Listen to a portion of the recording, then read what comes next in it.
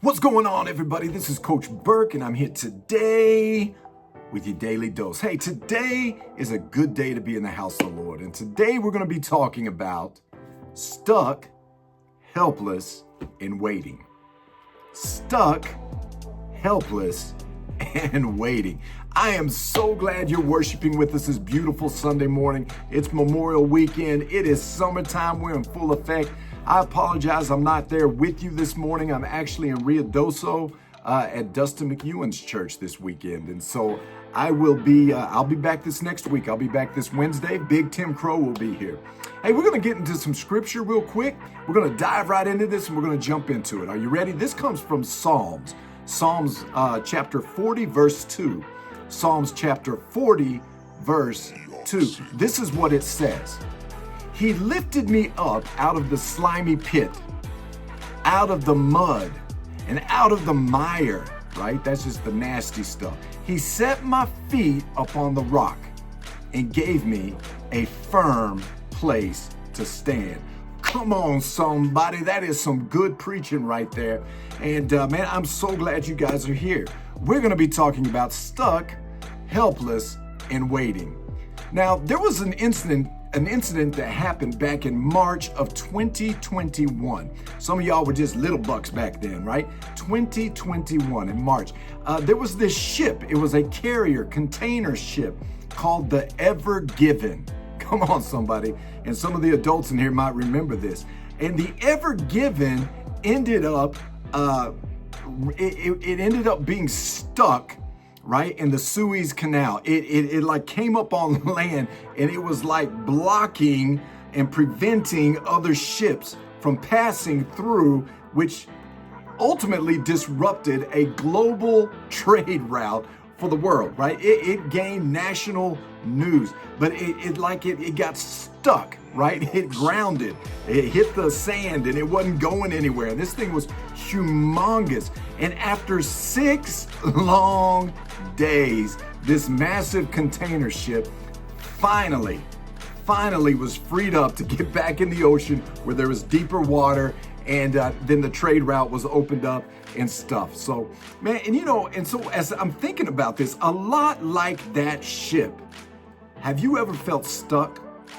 Or have you ever felt in a place where you're stuck or you feel helpless in a situation, and no matter how hard you try, come on, somebody, there's nothing you can do to improve your circumstances. Come on, Coach Burke's been there. I'm sure some of you in here, raise your hand. You've been there as well. See, at the beginning of Psalms chapter 40, David is reflecting on a time where he felt like he was trapped, right? He was trapped and he couldn't get out. He was trying, and no matter what he did, no matter how hard he tried, he couldn't get out. He was stuck and completely helpless. Come on, am I preaching to anybody in here? Have you ever felt stuck? Have you ever felt helpless? Have you ever been in a time of waiting, right? And his ordeal lasted a lot longer than 6 days. Come on, ever been there? Some of you still walking in your circumstances. Some of you still walking in those bad situations. See, there was only one thing David could do. Only one, right? And this is what he did. He waited. Come on, somebody. He waited. And this is what it says in verse 1. It says, I waited patiently on the Lord. Come on, somebody. I waited patiently on the Lord. Patience is not something that we like to talk about. It's not something that we like to preach on. It's not even something that we like to have conversation about, right? The literal translation in the Hebrew, when it talks about this verse that David just said of I wait patiently on the Lord, is this. This is in the original text. In waiting, I waited. In the waiting, or in waiting, I waited. Right? In other words, David didn't just wait for a little while, right? Come on. He didn't just wait for 5 minutes, 10 minutes, a day. Come on, somebody. He waited and he waited and he waited and he continued to wait for the Lord's deliverance. But here's the thing. It didn't come immediately. It didn't come immediately when he wanted it. And chances are you know what it's like to be like David, right? And crying out to God. right? And it can be incredibly frustrating when you feel like God's not hearing your prayers and God's not delivering you in the time frame that you want to be delivered in. You cry out for rescue and wonder why God doesn't come to your aid, why he's not delivering you immediately. See, you gradually begin to accept this stark reality that God's timing is not our timing. Come on, young people. If you can get this early, when you get old like me, then it's so much easier to rely on God. You got to understand the reality that God's timing is not our timing. And these moments when it feels like the Lord has stood there, right? And maybe even stood you up, like you're praying and you feel like he didn't even show up.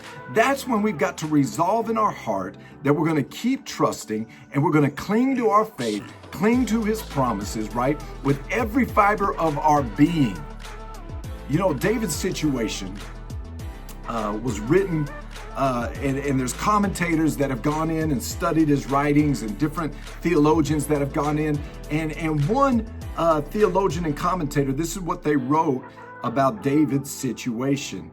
God's help comes not too soon, lest we should not know the blessings of trusting in the dark. And it's not too late, lest we should know the misery of trusting in vain. Come on, somebody. See, it's God's perfect timing. The Lord lifted David out of the mud and out of the mire, yeah?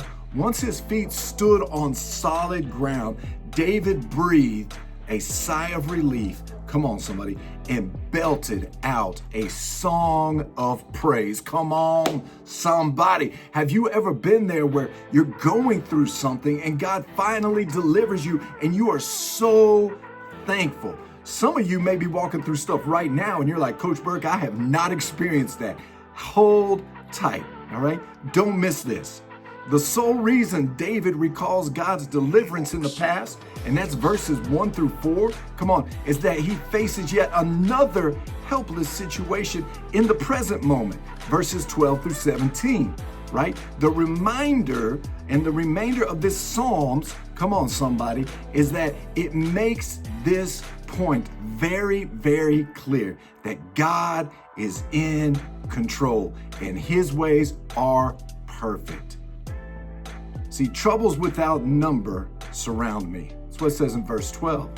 My heart fails within me. How many of your hearts ever failed? That's verse 12. I'm poor and I'm needy. Come on, that's verse 17.